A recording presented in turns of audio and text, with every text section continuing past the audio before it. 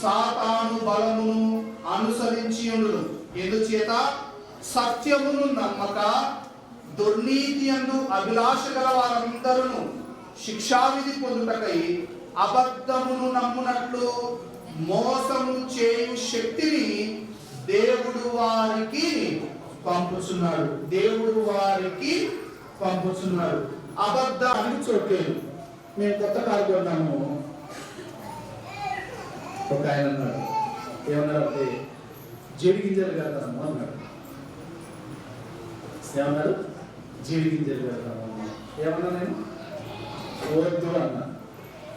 జీడి గింజలు వద్దు, అవసరమైతే కారు ఎక్కడైనా ఒక చోట గుద్దుకున్నా పర్వాలేదు, కారు ఒకసారి ఎక్కడైనా గుద్దుకున్నా పర్వాలేదు, జీడి గింజలు మాత్రం కట్టే ప్రసక్తే లేదు అంటే అప్పుడు ఆయన అన్నాడు, ఎవరికి కనిపించకుండా కట్టాడు. అసలు ఎవరు గుర్తు కూడా పట్టలేదు కట్టాను అని అంటే అలా కూడా వద్దు, అసలు లేదు. ఆ నిమ్మకాయలతో మిరపకాయలతో జీడి గింజలతో మనకు అవసరమే లేదు. కారు ఒక చోట ఏదైనా చిన్న మనం సరిగ్గా నడిపితే కదా సజీవ, చేతులు కాళ్ళు కరెక్ట్గా యాక్సిలరేట్ ఇచ్చి బ్రేక్ నొక్కితే అది పోతుంది. మనం సరిగ్గా తొక్కక మనం సరిగ్గా నడపక ఒక చోట గుద్దినా పర్లేదు, కానీ అవేవి కూడా కట్టకూడదు. ఎందుకంటే నా విశ్వాసము మన విశ్వాసము జీడి గింజల మీద ఆధారపడినది కాదు, ఈ సమస్త సృష్టిని సృష్టించిన సృష్టికర్త మీద నా విశ్వాసము ఆధారపడింది. కష్టమైన నష్టమైన షడ్రక్ మేషక్ అబేద్నెగో అన్నారు, దేవుడు మమ్మల్ని కాపాడకపోయినా పర్వాలేదు. దేవుడు ఒకవేళ మమ్మల్ని కాపాడడేమో, కాపాడకపోయినా పర్వాలేదు, మేము ఆ జీడి గింజల మీద, ఆ నిమ్మకాయల మీద, ఆ మిరపకాయల మీద, రోడ్డు మీద కొట్టిన గుట్ల మీద మేము నమ్మకాలు ఉంచాం. నమ్మకాలు ఉంచాం. దారిలో వెళ్తుంటే 2 గుడ్లు కాలు కొట్టింటారు, 2 తంగిడు పూలు వేసింటారు కదా. ఇవన్నీ వేసిన తర్వాత చూడగానే నేనైతే అక్కడ ఇక్కడ చూస్తాను, ఎవరు లేకపోతే దాని మీద తప్పించుకుంటూ పోతాను. ఎవరైనా ఉంటే మాత్రం ఎందుకంటే వాళ్ళని గౌరవించాలి కాబట్టి సైడ్కి వెళ్ళిపోతాను. కానీ అక్కడిక్కడ చూసి ఎవరు లేకపోతే కరెక్ట్గా దాని మీదే. నేను కొన్ని విషయాలు చెప్పకూడదు కానీ చెప్పాను మీకు. పాత కూరంగల దగ్గర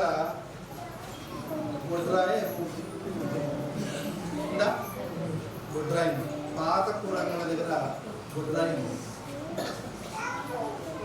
ఆ సైడ్ వెళ్ళినప్పుడు అంతా, ఈ రోజుకి కూడా ఆ సైడ్ వెళ్ళినప్పుడు అంతా ఎవ్వరు లేకపోతే దాని మీదే తొక్కించుకొని పోతారు. చూద్దాం ఏమైందో చూద్దాం.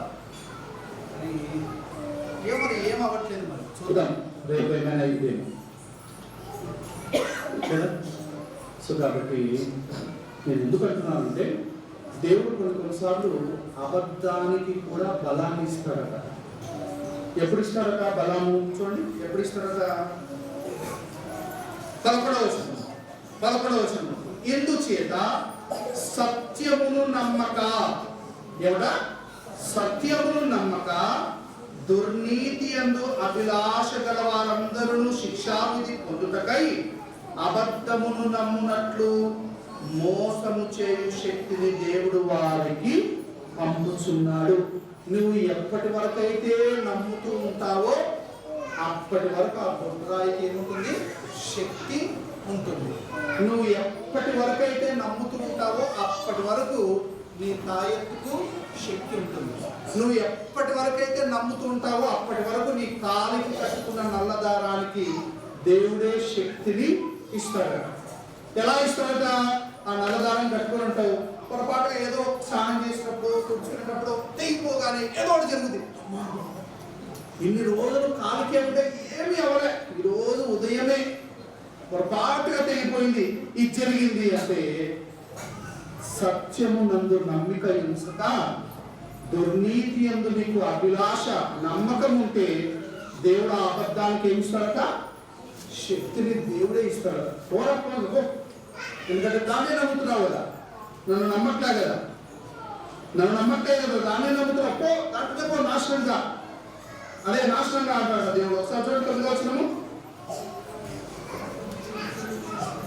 నశించుచున్న వారు తాము రక్షింపబడుటకై సత్య విషయమైన ప్రేమను అవలంబింపక పోయి, సత్యాన్ని అవలంబించట్లేదు, దేవుని వాక్యాన్ని అనుసరించి నడవట్లేదు కదా. కొన్ని చోట్లయితే అయ్యా గడ్డం చిన్నగా చేసుకుంటే కూడా దరిద్రం. ఈ పాట కనుక మీరు చదివితే ఒక్కసారి మీకు చెప్తాను చూడండి. In Brazil they believe that walking under a ladder brings bad luck. Brazil దేశంలో నిచ్చెన కింద వెళ్తే కనుక ఆ రోజంతా దరిద్రమే. The Australians believe that breaking a mirror is unlucky. ఆస్ట్రేలియాలో అద్దం పగిలిపోతే, ఇంట్లో ఉన్న అద్దం పగిలిపోతే ఏమవుతట? దరిద్రం. ఎందుకు అద్దం పగిలిపోతే దరిద్రము? మీకు విషయం చెప్తాను, చెప్పాలి మీకు. ఎందుకు అద్దం మీరు కూడా చాలా మంది అద్దం పగిలిపోగానే ఏం చేస్తారు? తీసి బయట పారేస్తారు. ఎందుకు పారేస్తారు? నిజం చెప్పండి. రైట్, చెప్తాను చూడండి. అద్దము అనేది దేన్నైనా సరే అది పరావర్తనము చెందిస్తుంది. పరావర్తనము అంటే దాని మీద ఏ వెలుగు, కాంతి, ఏది చీకటి పడినా అది వెంటనే ఏమవుతుంది? తిరిగి వెనక్కి వస్తుంది. ఒకవేళ మీరు పగిలిపోయిన అద్దం మీద వెలుగు వేయండి, అది సరిగ్గా రాదు. అందుకే పగిలిపోగానే అద్దంలోకి దయ్యం చొరబడుతుందట. పగిలిపోగానే, ఎందుకంటే బాగా ఉన్నప్పుడు అద్దం మీదకి ఏదైనా టక్కన వెనక్కి తిరిగి వచ్చేస్తుంది. అదే అద్దం పగిలిపోయింది అనుకోండి, వెంటనే దాంట్లోకి ఏమొస్తుంది? దయ్యం వచ్చుకుంటుందట. అందుకే పగిలిపోయిన దయ్యము, పగిలిపోయిన అద్దము ఇంట్లో ఉండవు. ఎన్ని కనిపెట్టుకున్నాను చూడండి. రైట్, నేనేమంటున్నాను అంటే, నేను మనస్ఫూర్తిగా చెప్తున్నాను, అన్నీ నమ్ముదాం, అన్నిటికంటే ఎక్కువగా దేవుణ్ణి నమ్ముదాం. ఇదే చివరి మాట, ఫైనల్. అన్నిటినీ నమ్ముదాం, అన్నిటికంటే ఎక్కువగా దేవుణ్ణి నమ్ముదాం. ఆయనే మనల్ని చీల్చివేసెను, ఆయనే మనలను స్వస్థపరచును. మనకు ఏదైనా జరగాలి అన్నా దేవుడే, మనల్ని బాగు చేయాలన్నా దేవుడే. మనం దేవుని వాక్యంలో నడుచుకోకపోతే దేవుడు దెబ్బేస్తాడు, అదే దరిద్రం. మనం దేవుని వాక్యంలో ఉంటే దేవుడు మనల్ని ఆశీర్వదిస్తూనే వెళ్తాడు. ఇదే అదృష్టం. చూడండి, ప్రపంచంలో రెండే, దేవుని వాక్యాన్ని అనుసరించేవారు, దేవుని వాక్యాన్ని అనుసరించేవారు. ఆ తర్వాత ఐర్లాండ్ దేశంలో people in Ireland say that one should never move back and forth an empty rocking chair. ఒక కుర్చీ ఉంటుంది కదా, కొన్ని ఇళ్లలో ముందుకు వెనక్కి ఊగుతుంది కదా, కూర్చొని ఊగు, కానీ ఉత్త కుర్చీని మాత్రము ఊపొద్దు. అలా ఊపితే దరిద్రము. పిల్లోని ఉయ్యాలలో ఉన్నప్పుడే ఉయ్యాల ఊపాలి. పిల్లోడు లేనప్పుడు ఉయ్యాల ఊపితే ఆ పిల్లోడికి ఏమవుతుంది? కడుపు నొస్తుంది. ఇది వైఫై కంటే సూపర్ అయ్యా, వైఫై కంటే సూపర్. ఎందుకంటే వైఫై అనేది కంటికి కనిపించదు, కానీ ప్రపంచాన్ని నడిపిస్తుంది వైఫై అనేది, ఇంటర్నెట్ అనేది. ఉయ్యాల ఊగడం ఏంటి? మొత్తం ఉయ్యాల ఊగితే పిల్లోడికి కడుపు నడవడం ఏంటి? మరి 7G 8G 10G అని పెట్టారు కదా, ఏమని పేరు పెట్టారు? కొత్త ఉయ్యాల ఊపితే పిల్లోడికి ఎలా కడుపున వస్తుందో కదా, ఇవన్నీ ఒకసారి మనము ఆలోచించుకోవాలి. ఆ తర్వాత ఇర్మియా గ్రంథము 23వ అధ్యాయం, ఇర్మియా గ్రంథము 23వ అధ్యాయము, ఇర్మియా గ్రంథము 20, ఇక 2 వాక్యాలు చదువుకొని ముగించుకుందాము. చెప్పమంటే ఇంకా చెప్తాను. ఇర్మియా గ్రంథము 23వ అధ్యాయం 30 నుండి 33 వచనాలు, 30 నుండి 33 వచనాలు చదువుతున్నాను, జాగ్రత్తగా గమనించండి. ఇర్మియా గ్రంథము 23వ అధ్యాయము 30 నుండి 33. రైట్. కాబట్టి తమ జత వాణి యొద్ద నుండి నా మాటలను దొంగిలించు ప్రవక్తలకు నేను విరోధి. ఇదే యెహోవా వాక్కు. స్వేచ్ఛగా నాలుకలు ఆడించుకొనుచు దేవోక్తులను ప్రకటించు ప్రవక్తలకు నేను విరోధిని. ఇదే యెహోవా వాక్కు. మాయా స్వప్నములను ప్రకటించి వాటిని చెప్పుచు అబద్ధముల చేతను మాయా ప్రగల్భముల చేతను నా ప్రజలను దారి తొలగించు వారికి నేను విరోధినై ఉన్నాను. మాయా స్వప్నములను 32వ వచనం బాగా చూడండి. మాయా స్వప్నములను ప్రకటించి వాటిని చెప్పుచు అబద్ధముల చేతను మాయా ప్రగల్భత చేతను నా ప్రజలను దారి తొలగించు వారికి నేను విరోధినై ఉన్నాను. ఇదే యెహోవా వాక్కు. పాత నిబంధనలో మీకు ఒకసారి చెప్పాను, మాట్లాడడానికి కూడా చాలా ఇబ్బందిగా ఉండేటువంటిది బయలు దేవత. బయలు దేవత. ఈ బయలు దేవత యొక్క దేవాలయం ఖచ్చితంగా ఎక్కడ ఉంటుందంటే ఉన్నత స్థలముల మీద ఉంటుంది, ఎత్తైన ప్రాంతాల మీద ఉంటుంది. ఎత్తైన ప్రాంతాల మీద ఎందుకు ఉంటుంది అంటే అది జనవాసానికి దూరంగా ఉంటుంది. ఎత్తైన ప్రాంతాలు జనవాసానికి దూరంగా ఉంటాయి. అక్కడే బయలు దేవతకు దేవాలయాన్ని కడతారు. ఆ బయలు దేవత పూజకు వెళ్ళాలి అంటే వస్త్రాలు ధరించుకుని వెళ్ళకూడదు. బాగుంది. వస్త్రాలు ధరించుకొని వెళ్ళకూడదు. వెళ్ళినటువంటి వారు ఒక చిన్న పసిబిడ్డను తీసుకెళ్ళి ఆ పసిబిడ్డను ఏం చేయాలి? ఆ దేవతకు బలిగా అర్పించాలి. ఆ బలి కూడా ఎలాగో తెలుసా? ఆ బయలు దేవత మీకు ఒకసారి చెప్పాను, ఇలాగ చేతులు ఇలా ఉంటుంది, విగ్రహం ఇలా చేతులు చాచుకొని ఉంటుంది. దీని కింద అగ్నిగుండం ఉంటుంది. ఆ చిన్న బిడ్డను ఇక్కడ పడుకోబెట్టి ఇక్కడ మంట పెడతారు. ఈ మంటకు ఈ చేతులు వేడెక్కి ఆ వేడెక్కిన చేతుల మీద చిన్న బిడ్డ శరీరం అంతా కూడా కాలిపోయి చివరికి బూడిద అవుతుంది. ఆ బూడిదను మరలా తీసుకుని ఆ దేవతకు చదివి అప్పుడు శాంతి జరుగుతుంది అని. ఒకసారి బాగా గమనించండి. ఎందుకు ఇవన్నీ నమ్ముతున్నారు?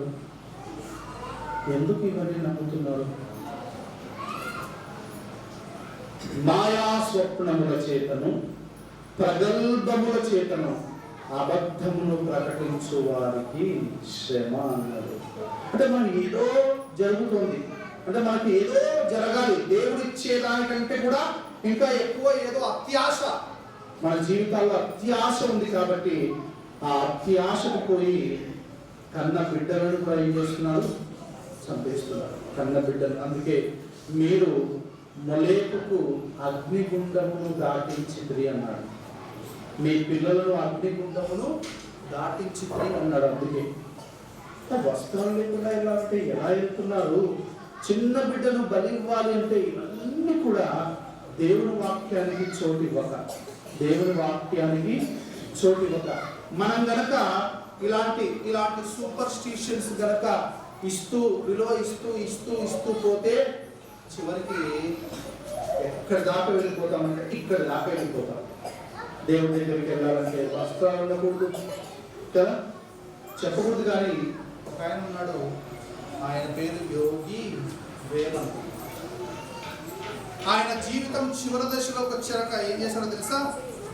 బట్టలన్నీ తీసేసి నడుమ వచ్చింది, నడుమ పోద్ది, ఇదెందుకు అంటే ఎందుకో కానీ దేవుని వాక్యానికి చోటు ఇవ్వకపోతే లోక సంబంధమైనవి మన జీవితంలోకి వస్తాయి. ఇక చివరిగా చాలా ఇంకా చెప్పమంటే ఇంకా ఉన్నాయి వాక్యాలు, ఇంకా చెప్పాలంటే ఇంకా ఉన్నాయి, ఇంకా చాలా ఉన్నాయి వాక్యాలు. మత్తయి సువార్త 24వ అధ్యాయం, మత్తయి సువార్త 24వ అధ్యాయం చెప్పండి చెప్తాను, లేదంటే చివరి వాక్యం చదువుకున్నాను. చివరిది పేతురు రాసిన మొదటి పత్రిక 1వ అధ్యాయం 18వ వచనం. పేతురు రాసినటువంటి మొదటి పత్రిక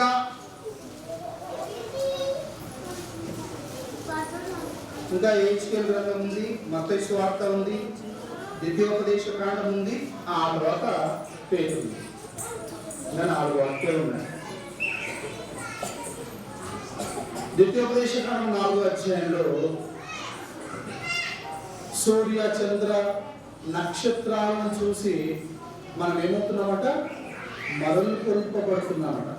వాటిని చూసి కూడా అమ్మో ఇవి ఎంత గొప్పగా ఉన్నాయి, వీటి వల్ల కూడా నా జీవిత చక్రము నడుస్తుంది ఏమో అనుకుంటున్నా కదా. రాహు అని, కేతువు అని, సూర్యగ్రహణం అని, చంద్రగ్రహణం అని, గ్రహణం పట్టినప్పుడు ఇలా చేయాలి, గ్రహణం పోగానే అలా చేయాలి అని, ఇవన్నీ ఆ సమస్త సర్వ ఆకాశ సైన్యాన్ని సూర్య చంద్ర నక్షత్రాలను చూసి మరలు కొల్పబడుతూ వాటిని కూడా ఆరాధిస్తున్నారు. ఆ గ్రహణాలు, ఈ గ్రహణాలు, అమ్మా గ్రహణం వచ్చినప్పుడు కడుపుతున్న బయటికి పోతే ఏమైంది, పిల్లోడికి గ్రహణ మొర్రి, గ్రహణం ఉన్నప్పుడు బయటకు సమస్తమును సృష్టించిన వాడు మన దేవుడే కాబట్టి ఆ దేవుడిని మనం విశ్వసిస్తున్నాం కాబట్టి మనము భయపడాల్సినటువంటి అవసరము లేదు. రైట్. ఇక చివరిగా పేతురు రాసినటువంటి మొదటి పత్రిక 1వ అధ్యాయము 18వ వచనం చదువుతున్నాను. పితృ పారంపర్యమైన మీ వ్యర్థ ప్రవర్తనను విడిచిపెట్టునట్లుగా వెండి బంగారముల వంటి క్షయ వస్తువుల చేత మీరు విమోచింపబడలేదు. మీ పెద్దల పారంపర్యాచారమును వదిలేయండి. మన పెద్దల ఆచారాలలో కొన్ని మూఢనమ్మకాలు ఉన్నాయి, కొన్ని గుడ్డి నమ్మకాలు ఉన్నాయి. అలాగే ముందుకెళ్ళకండి. ఈ బుక్లో అంటాడు, ఒక దేశంలో హవాయి అనే దేశంలో ఫిషర్మెన్ బిలీవ్, చేపలు పట్టే వాళ్ళు ఇది నమ్ముతారు ఏమని, bringing bananas on a boat would bring bad luck to them. Hawaii అనేటువంటి దేశంలో పడవ మీద ఏం తీసుకొని రాకూడదు, అరటి పండు తీసుకొని రాకూడదు. అరటి పండు తీసుకొని వస్తే దరిద్రము. అంటే నమ్మేవాడు ఉంటే నమ్మించేవాడు ఎందాకైనా తీసుకెళ్తాడు. కాబట్టి ఇంతసేపు మీ పెద్దల పారంపర్యాచారమును మీరు అనుసరించకండి అని ఎందుకు చెప్తున్నామంటే, వెండి బంగారముల వంటి క్షయ వస్తువుల చేత మీరు విమోచింపబడలేదు. మీ పెద్దల పారంపర్యాచారమును వదిలేయండి అని చెప్పడానికి, దేవుని వాక్యానికి క్రీస్తుకు ప్రాముఖ్యతనివ్వండి అని చెప్పడానికి, మనమేదో మన పాపం నుండి మనము వెండి బంగారముల వంటి క్షయ వస్తువుల చేత విమోచింపబడలేదు, కానీ దేని చేత విడిపబడ్డాము, అమూల్యమైన రక్తము చేత, అనగా నిర్దోషమును నిష్కలంకమునగు గొర్రె పిల్ల వంటి క్రీస్తు రక్తము చేత విమోచింపబడితరని మీరు ఎరుగుదురు కదా. అంత శ్రేష్టమైనటువంటి రక్తం చేత మనము విడిపించబడ్డాము, విమోచింపబడ్డాము. కాబట్టి ఆ పెద్దల ఆచారాలను, మీ జీవితానికి నష్టాన్ని కలిగించే వాటిని కాస్త దూరంగా ఉంచండి. పితృ పారంపర్యమైన మీ వ్యర్థ ప్రవర్తనను విడిచిపెట్టండి. కొన్ని వ్యర్థ ప్రవర్తనలు ఉన్నాయి, పెద్దల ఆచారాలలో కొన్ని ఉన్నాయి. కొన్ని చెప్పాను, కొన్ని అలంకరణ. పెళ్లికి వెళ్ళాలి, స్త్రీలు చక్కగా అలంకరింపబడతారు. అంటే ఎంత అలంకరింపబడితే అంత అందం అనేది వస్తుంది. అలాగే పోయేవారని చెప్పారు కదా, మన కార్యక్రమాలలో ఎన్ని వస్తువులు ఉంటే ఆ కార్యక్రమానికి అంత అందము వస్తుంది. అంతే. అలంకరణ కొరకు మనం కొన్ని తెచ్చిపెట్టుకుంటే అవి లేకపోతే కార్యమే లేదు అనే దగ్గరికి మనము వచ్చేసాం. కాబట్టి పితృపారంపర్యమైన మీ వ్యర్థ ప్రవర్తనను మీరు విడిచిపెట్టండి. విడిచిపెట్టడానికే మీరు అమూల్యమైనటువంటి క్రీస్తు రక్తం చేత విమోచింపబడ్డారు. ఆ విషయాన్ని గుర్తుంచుకొని ఒకటే గుర్తుపెట్టుకోండి, దేవుని వాక్యానికి మొదటి ప్రాధాన్యత, ఆ తర్వాతే మిగిలిన వాటికి అనే విషయాన్ని గుర్తుంచుకున్నాము. దేవుడు మన పక్షంలో ఉండగా మనకు విరోధి ఎవడు లేడు అనే విషయాన్ని గుర్తుంచుకోండి. ఏదో చేస్తే దరిద్రము, ఏదో చేస్తే అదృష్టం కాదు. దేవుని వాక్యాన్ని అనుసరిస్తేనే అదృష్టము. దేవుని వాక్యాన్ని అనుసరించకపోతేనే దురదృష్టము. ఈ విషయాన్ని గుర్తుంచుకొని దేవుడు మనలను దీవించి ఆశీర్వదించుగాక. అందరికీ వందనాలు తెలియజేస్తూ పట్టుకుని కృతజ్ఞతలు చెల్లించి వారికి చీటీలో మీరు అందరూ రావడి, ఇది నా రక్తము అనగా పాపక్షేమ నిమిత్తము అనేకుల కొరకు చిందుకోబడిన నిబంధన రక్తము. నా తల్లి రాజ్యంలో నేను మరి కృపల తరం వరకు ఇలాంటి దాని ప్రకారాన్ని మీతో నిశ్చయంగా చెప్తున్నాను. నేను ద్రాక్షరస కొరకు ప్రార్థన చేసుకున్నాము. అందరూ కలిగినట్టే ప్రార్థన చేసుకున్నాము. మా తండ్రి, మా ప్రభువ, గడిచిన కాలంలో కాపాడు మీతో సోమకు నా పట్టణం బట్టి స్థుతులు చెల్లిస్తున్నాం తండ్రి. మా ప్రభుత్వం ఇచ్చిన శరీరాన్ని గుర్తుకారులను తీసుకుంటున్నాం తండ్రి. అదేవిధంగా అనేకుల పాపమైన నిమిత్తము చిన్నపబడిన పట్టణానికి సాదృశ్యమైన దాసలను తీసుకుంటున్న ప్రతి ఒక్కరూ ఈ విధంగా మంచి ప్రతిష్ఠకు సాయం చేయండి. మమ్మల్ని మేము పరిశీలించుకొని ఈ కళలో పాల్గొనలకు సాయం చేయాలని కోరుతూ మా ప్రభువును నీకు పుణ్యాలైన యేసుక్రీస్తు నామమున అడిగి వేడుకుంటున్నాం తండ్రి.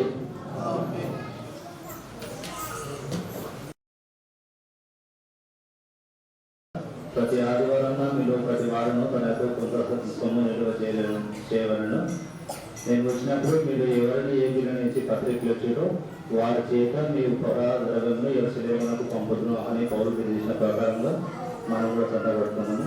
ఒక పీడన పాడుతూ చందబడుతున్నాము.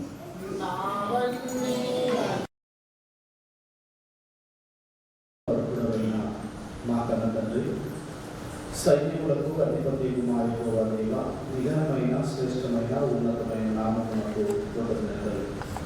దైవ తండ్రి, మరి యొక్క మామూలు రాత్రికాల వేళలో మీ సన్నిధిని చేరి మేము నామముతో సత్యముతో గణపరిచి మీ వాక్యమును నేర్చుకుని ప్రభువైన యేసుక్రీస్తు వారి మరణము జ్ఞాపకం చేసుకోవాలి అని ఎంతో ఆశతో మేమందరూ సిద్ధపడ్డాము. మీ సన్నిధి ఉన్నాము. ఈ సమయంలో పలు విధములైనటువంటి పనుల చేత ఆ సమయంలో వ్యర్థముగా పోనివ్వకుండా జీవజల నది అయినటువంటి మీ యొక్క వాక్యము చదువుకున్న చేత మేము తృప్తిపరచబడవలననే ఆశతో మీ జ్ఞానం నేర్చుకునే మేమందరము మీ సన్నిధిలో ఉన్నాము. మీ యొక్క కాపుదలలో ఈ కార్యక్రమాన్ని జరిగించాలి, నడిపించాలి. చేయవలసిన వారందరినీ దీవించాలి.